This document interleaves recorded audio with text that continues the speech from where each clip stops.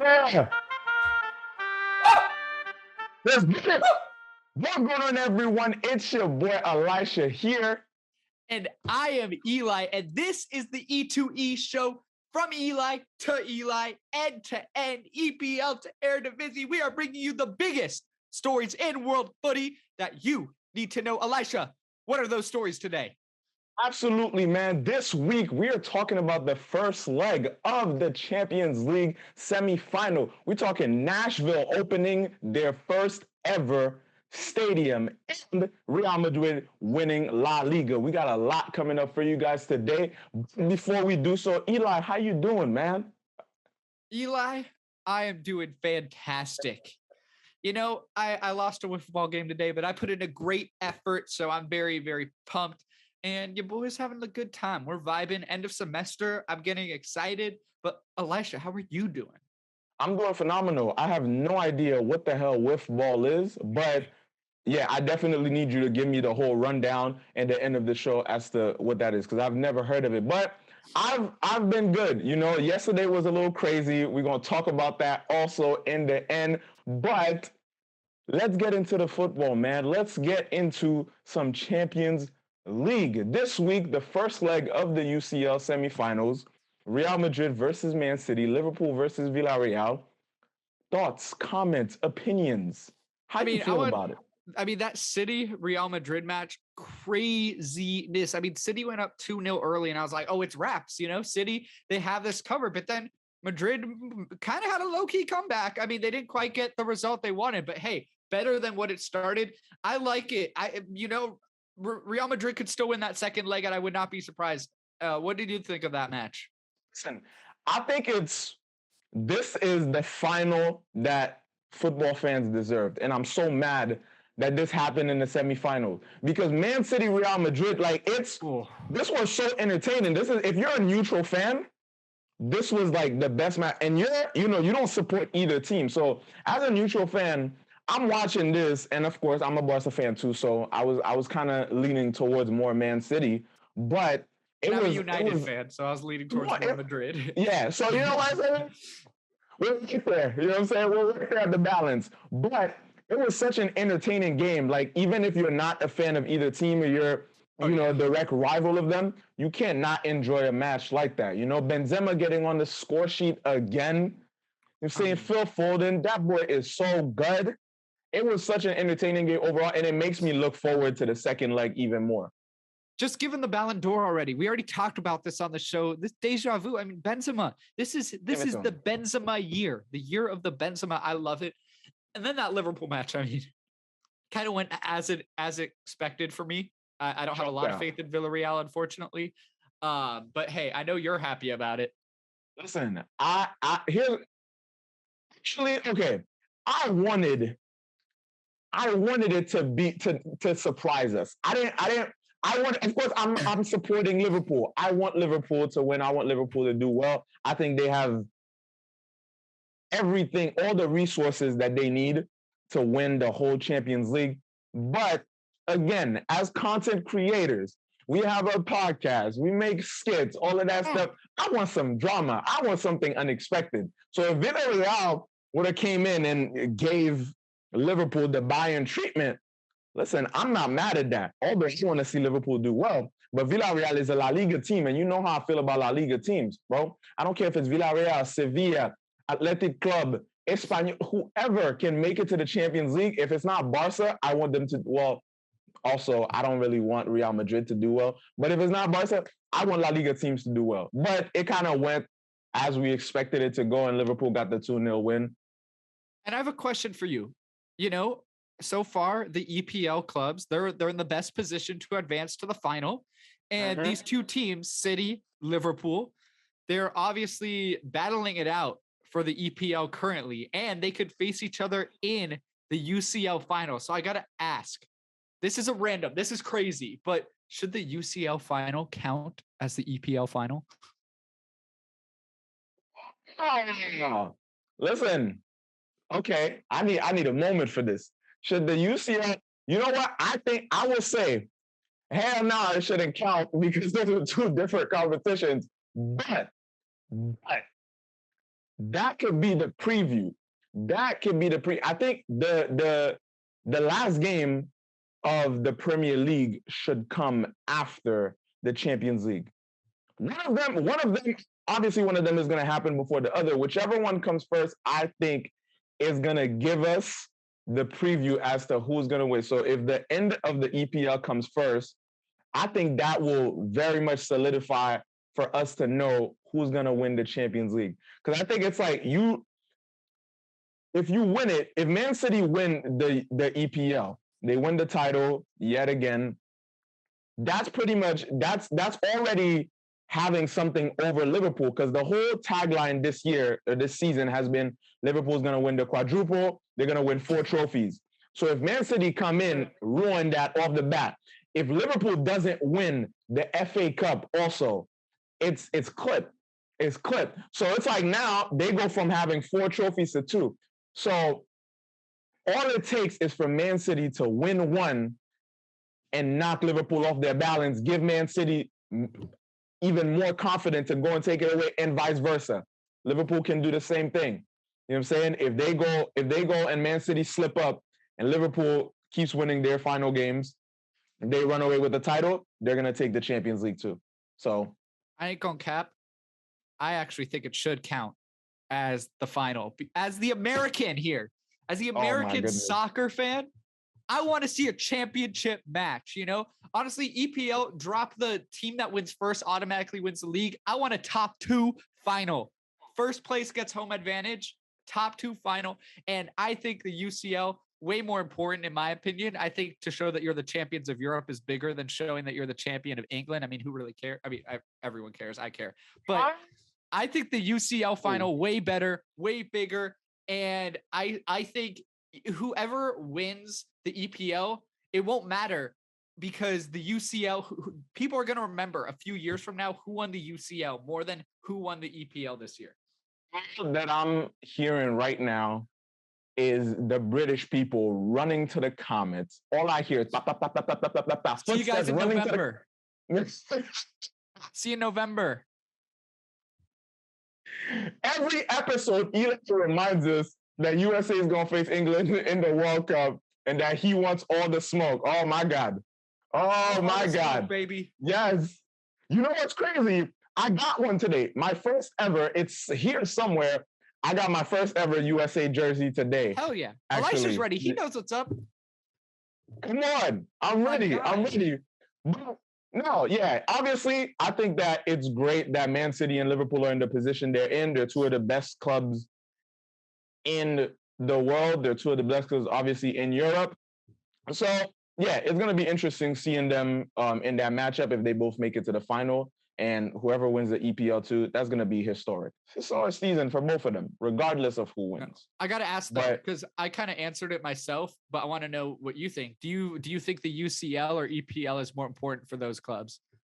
I think that, oh man, that's such a weird, it's an unfair question because both of them matter, but it has a little more the UCL has a little more importance to Man City because they don't have it. That is fair.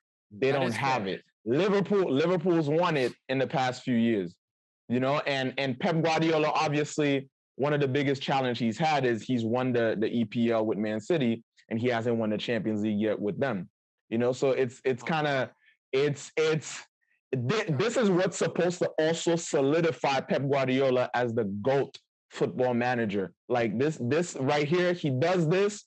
Everybody's gonna say not Mourinho, not Ancelotti, not Thierry Henry. I don't know why anybody would say that, but shout out to Thierry Henry though. But this would pretty much solidify it. He wins the Champions League like nobody's touching him. Nobody. No disrespect to Pep, but Klopp ain't gonna flop. Klopp ain't gonna flop and he gonna make it to the top. Eli, I like that. I like that. With a bucket and a mop. And they're never gonna stop. We can't give him all. We can't give him the whole thing. We can't give him the whole thing.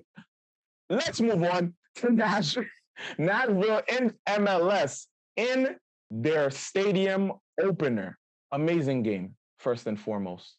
An amazing game. And what a way to bring in your first ever game in a brand new stadium. 1-1 versus Philadelphia Union. Comeback. A comeback. Okay, and we can get into it. A comeback, but nonetheless, first half was a tight matchup. Both teams came through. It was tight, not exciting, 0-0 at the half. But then that second half, though, Philadelphia coming in and scoring. A beautiful one. But then that penalty for Nashville, Andre Blake almost got it. It was very close. And he got a yellow for not being on his line before the penalty, which is dumb. Let them do what they want. If you Eli just wants chaos. Hell yeah. I want a championship in the EPL, and I want goalkeepers to be able to taunt the crap out of players. He was standing up there to taunt him, just let him take a step forward. He's going to take a steps back. He knows the rules, he's going to, a little forward, backward momentum. You ever do a box step in dancing? That's what he was doing. He was trying to, just a little cha-cha-cha. You got that. Who cares? Who cares about rules? You know what I'm saying? Let the fans be on the pitch.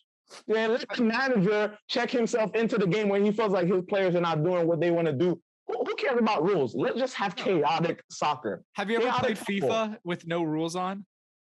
No, I want to though. When I'm streaming, I want to do that. I did it, and I played with the team that Daryl DK was on, Barnsley, back when he was, and he just railed through everyone. It was crazy. You got to play with Akin Fenwa. I'm telling you right now. Akin Fen was a beast. Skill doesn't matter. Physicality is all that matters, and no rules, because you just fucking bulldoze people. Oh, I swore. I need to do that. Go for it. I need to do that. I'm gonna have Van Dijk as a center forward.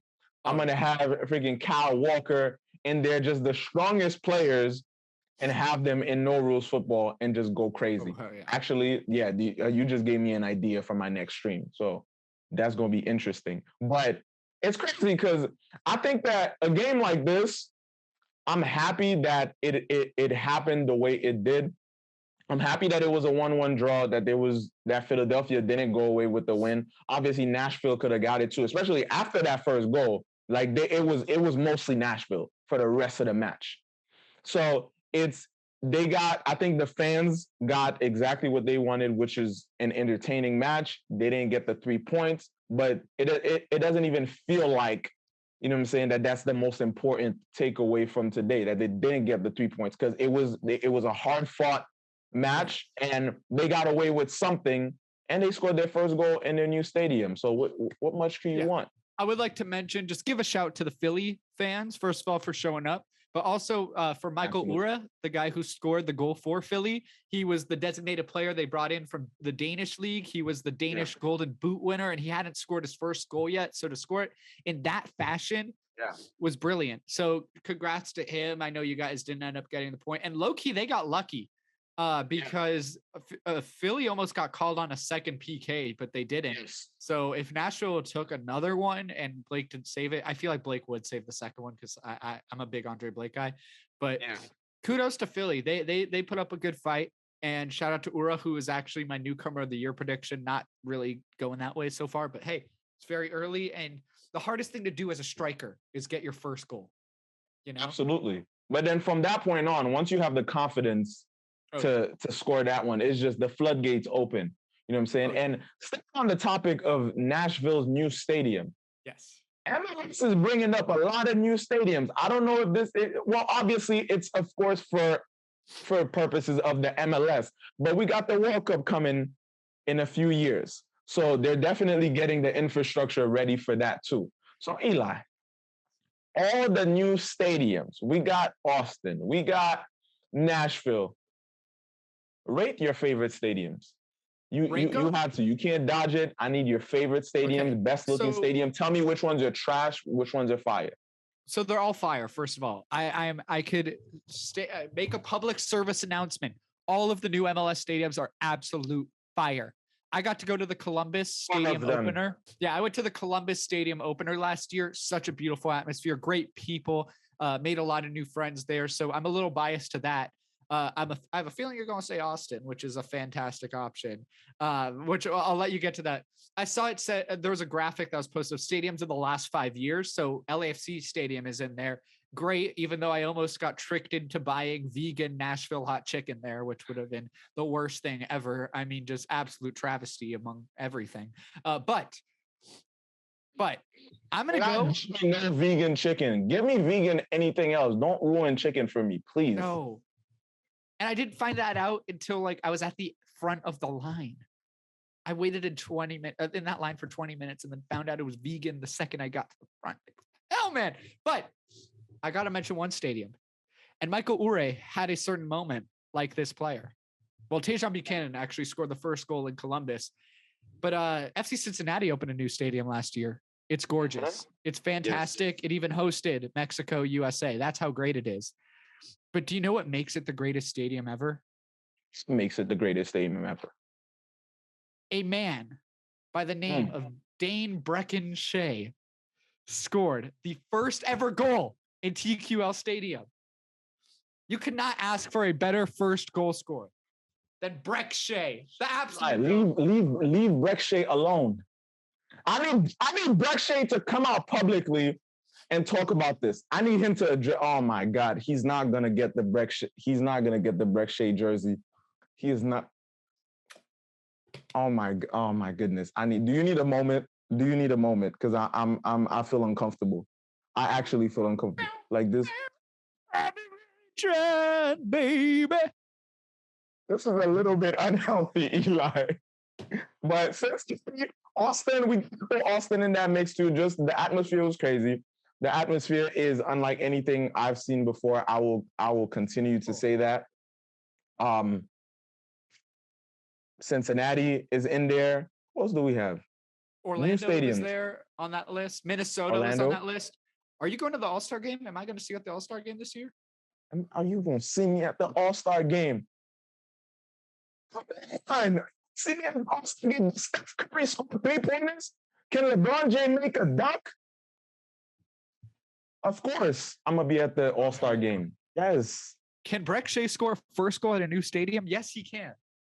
Okay, let's please move to this week's third topic of the week, guys. We have Real Madrid securing the La Liga title. Congrats, whatever. We're not going to congratulate them too much. All right, y'all won. Congratulations. We give them their props, but they won, secured that with their 4-0 win against Espanyol. And as the European season is closing out, we have Bayern winning the Bundesliga. You have AC Milan very close to winning the Serie A. PSG winning Ligue 1. To me, it's we talk a lot about those teams that are constantly winning again and again and again. Real Madrid, obviously, it's been back and forth between them, Atletico, and Barca over the past few years. We talked about Bayern winning every year, PSG winning every year. And because we talked about the Bayern situation, there was a lot of you in the comments on Instagram, on YouTube, who are coming in defense of the Bundesliga and how it's a great league. And, you know, some people got at you for saying, imagine what it would be like to be a mid-table Bundesliga team. Tell us then, your fandom aside, don't talk about your specific league, what you like watching, your teams. Guys, let us know in the comments. And Eli, let me know what makes a great league. Because obviously it seems like everybody has their different opinions. What makes a great league? If you had to create a football league, a soccer league, what would it have? How would it be? I have a feeling you're going to go all out. So let's hear it. I mean, I would love a league where the playing field is even between all 28 clubs that are in that league. A league where there's a playoff, knockout, single match playoffs. Those are the best matches I ever watch. Those get me hyped.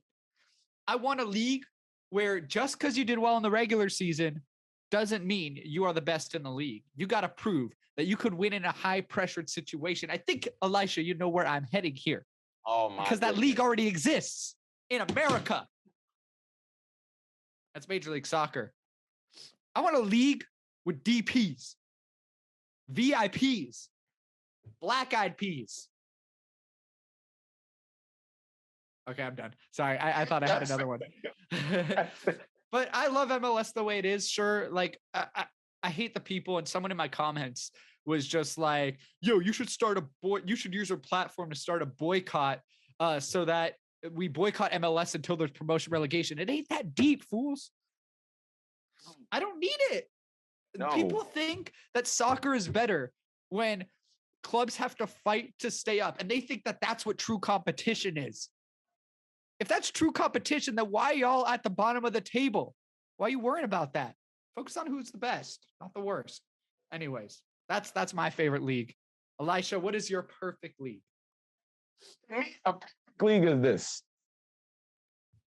I think it's a combination of, all right, and I'm gonna lay this out over 10 years. This is my perfect league. Over 10 years, at least 5 different winners. Yes. Which means a league where it's highly competitive. There's oh God. Okay. He's about to get 9 winners in the past 10, 11. Oh my God. He's about to get me. There's been like 9 winners in the past 11 MLS seasons. Okay. At least, all right. At least 5 winners, at a high level. And again, I will give the MLS props for, I think the quality of the game itself has continue to rise up over the years. So I would give it prop. But I would like to see some of the competitiveness and diversity in the champions that the MLS has mixed with the level of play and the stardom, the drama of the Premier League, the quality of La Liga, the quality of like pure football quality, the fans of the Bundesliga. Yes. And then the fashion pop culture mix that we have in Ligue 1 with, because France, especially, well, PSG. Mostly PSG. The drip, my PSG short. Oh, shoot, everything fell. Come on. My PSG shorts. I mean, come on. Come on. Look at it. Come on. First of all, the Ford Madison jersey is top tier. Bro, we drip. It is top tier. Today. What are you showing off? You showing off. I see one. It's not like that. You have amazing jerseys, period. Like Forward Madison have some of the greatest jerseys, but that's neither here nor there. Yeah, I would like to see a little bit of all of these different leagues. Sidebar. I have another thing to add, which you'll kill me for, or you'll hate. But I love it. And I will get a lot of hate in the comments, but no draws. I want a league where every match is decided by a PK shootout if it's tied. No. What weapon do I have? Taste my body spray. Okay. That's you got it. You got this one. No. Somebody has to win. Somebody. Well, no, not somebody. No, you said it. You said it. Yes, I win. No. I like the draws because I like the 1-point system. Oh my God, this guy. I try to bother the system. You're not gonna confuse me and get in my head, Eli. You're not gonna do this. Jesus Christ. Moving on from the MLS and the stadium talk and the league talk. Actually, okay. This is a serious topic. It's a very serious topic, actually. If you guys haven't heard, one of the most prominent, one of the busiest, most legendary agents in the world of football, Mino Raiola, has unfortunately passed away this week. Now, first and foremost, we like to extend our deepest condolences to Mino and his family. His clients, some of his clients include Paul Pogba, Erling Haaland, Zlatan Ibrahimovic, Donnarumma, and the list goes on and on. Like, this man was busy. This man was, he had a tight grip on the football world. And so obviously outside of the game itself, it's a tragic loss. for his family, just for his loved one overall. So, we just want to, in times like this, and I'm going to let you, get your piece out of it too. But in times like this, I just want to give a huge shout out, because I think that sometimes agents get a bad rep because of the bad ones. Sometimes they like to say that agents or managers, period, are always greedy, or they're not necessarily good people. And you get to see how someone lived their lives a lot of times after they pass away, and what people say about them. And a lot of times it seems like right now, the way people are speaking about him, it's not just about him as an agent, it's him as a person. And I just want to give a shout out to the man, Charlie Delmar, my agent. I was just about to say it. Eli's agent, because it's just they need their piece too. They need to be appreciated too. We need to give them their flowers while they're still here with us, and not just when they pass away. Not all agents are bad. We got a dope one, Charlie. I was about to say, you were like, some agents are shady and whatnot. I was like, well, we don't have to worry about that. Our guy Charlie, one of the most approachable people in the land, and a great friend. It's crazy because like I look at him more as like an older brother than my agent. For sure. So that's how it should be. That's how it's great. If your agent isn't like Charlie Delmar, you're wrong. But no. And about Mino, I mean, just absolute GOAT, probably one of the biggest soccer agents of all time. And, he brought Zlatan to the Galaxy. So I'll forever be thankful to him for that. So kudos to you. I'm sure you're an absolute baller. Every photo that I look up of Mino Raiola, he's in some cool pose. Like that dude was the party. You could tell he was the life. And the fact that I keep mentioning Zlatan, he obviously had Pogba and stuff, but he dealt with a guy like Zlatan, a guy who's not only has a big ego, but a guy who is constantly moving and switching teams. So the fact that he was able to make so many successful moves and make so many clubs happy by bringing them their client, like Mino, absolute GOAT. That's all I really have to say. And yeah, like you mentioned, my condolences. Oh, well, I'm looking at it now. Sorry. His clients, a ton of MLS players. Sorry. I will talk about this. Zlatan, of course. Insigne, coming to MLS. Yes. Matuidi. And you might not remember this one, but Gregory Vanderweel was at Toronto FC for 1 year. Yeah. So absolutely, all around. He was all around. Connection strong. Appreciate you, my boy Mino. Absolutely, man. And yes, with that also, guys, every time something like this happens, it's important to remember to love the people in your life. Make sure you tell them, make sure you appreciate your own life. Make sure you take care of yourselves, guys, because we know he was in the hospital, he was sick, and there was rumors, extremely disrespectful, by the way. If you're whoever started that rumor before he actually passed, you're a whack for that. Like that's not cool at all. That's what I'm saying. And yeah, guys, make sure you take care of yourselves and that you cherish the people around you, because life is short. Life is very short, so definitely appreciate it. But to close out, we are going, and we told you guys that every week we would pick out a comment of the week. So this is in response to last week's episode, obviously asking about if the Bundesliga mattered or not. And this is from 80 Gooner. When I first started watching the Bundesliga in 2004, Werder Bremen won the double. And since then, Stuttgart, Wolfsburg, Dortmund, and Schalke have come close. The last decade has really made the Bundesliga lose its credibility and respectability thanks to Bayern destroying the competition. Sad face emoji. I mean, that's facts. First of all, come close was the key phrase in there. Come close. They haven't won it, of course. Thanks for Bayern for destroying the competition. Yeah, that's basically what I'm saying. Lord. Wolfsburg, Mönchengladbach, Leipzig, Dortmund, great teams, great quality, but they can't win the league for nothing. They can't win it for shit, bro. Oh, hell no. The league. I want different people to win the league. Thank you, AD Gunnar, for your comment. But yeah, you just basically agreed with what we were saying. It's just like, bro, you're like, we need a change and we need something different to happen. But absolutely. And yeah, before we go, as always, guys, you already know our dedicated people everybody, ladies and gentlemen, mesdames et messieurs, chicos, chicas, all of you, we care about you. We care about each other. So we got to tap in with the wellness check. Okay, Eli, mentally, physically, spiritually, how are you feeling? Physically, I could be better. I had a long weekend, a little bit of partying. I'm a college kid. Big weekend for us. We had 2 Chainz and Baby Keem. But mentally, I haven't been this great in a long time. The vibes are immaculate. I've noticed, sometimes when things wouldn't go my way or things would just not happen the way I wanted them to, I would spiral a little bit.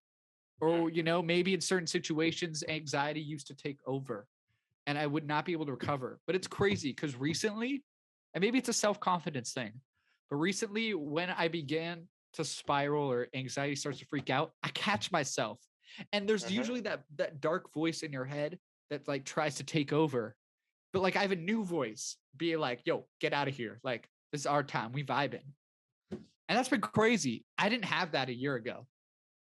I was in a bad spot a year ago, but this year, it's been great. I've always had bad spring semesters for some reason. But this semester, S tier. Good vibes. I love that. That's that. Shout out to growth. Let's give it. Let me drink some more. This is a toast to growth. Toast to growth. No. But no, toast to growth, absolutely. And I think that's a theme for this year overall. I think that right now, I feel similarly the same way, a little bit better on the physical side though, because as always, I keep a water bottle tight. Guys, water is so underrated. Like, water is so underrated. Drink your water. I've been drinking, this is the most water I've ever drank in my life this year. Like, I'm no juice, no alcohol. Like, I'm not gonna say I'm surprised at myself, but I go out and bro, like I don't order any type of alcohol at all. And that's not to say you guys shouldn't drink or anything like that, especially if you're of legal age. If you're underage, don't drink. If you're legal age, you know what I'm saying? There's no problem. It's whatever. But. Yeah, there's no problem with having a drink from time to time, but balance. And that's another theme. Balance. I don't work out every single day, but every few days I work out. I go out for a run, keep my water close. I'll have a little, a little juice from time to time, whatever, balance. So it's good to stay balanced and to kind of not overdo it, because sometimes that's how you psych yourself out and you crash if you try to go head first into something without kind of growing into it first. So more water, less alcohol, less red meat, things like that. Physically, I feel good. I feel focused. I'm tired because I'm not getting a lot of sleep because we're grinding. We putting in that work. But work hard, rest hard. I'm definitely going to be getting more rest. And I hope that you guys also watching are getting more rest. I hope you're eating well. I hope you're working out. I hope y'all and your families are staying safe and healthy, because we love you guys and we appreciate y'all as always. Also, if you have if you're going through something, you could comment below and that could be our comment of the week. And we could give you advice on how maybe we've treated a certain situation that you're going through. And, yes, we are here to bring you the footy headlines from around the world. We're also here to be there for you. Why are we making this show?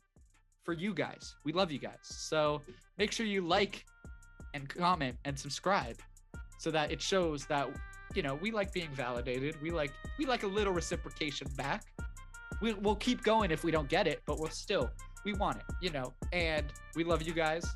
And yeah, Elischa, sorry for stealing the thunder there. But, ain't no thunder here, my vanilla brother. Thank you guys so much, as Eli said, for tuning in to the E2E Show. Make sure, again, like, comment, subscribe, all of that stuff. Let's get this episode. Let's get 3K views. Let's get 500 likes. Let's run this up. Let's have an amazing week. Thank you guys so much for watching, and we will see you next week right back here on the E2E Show. Boom! Peace.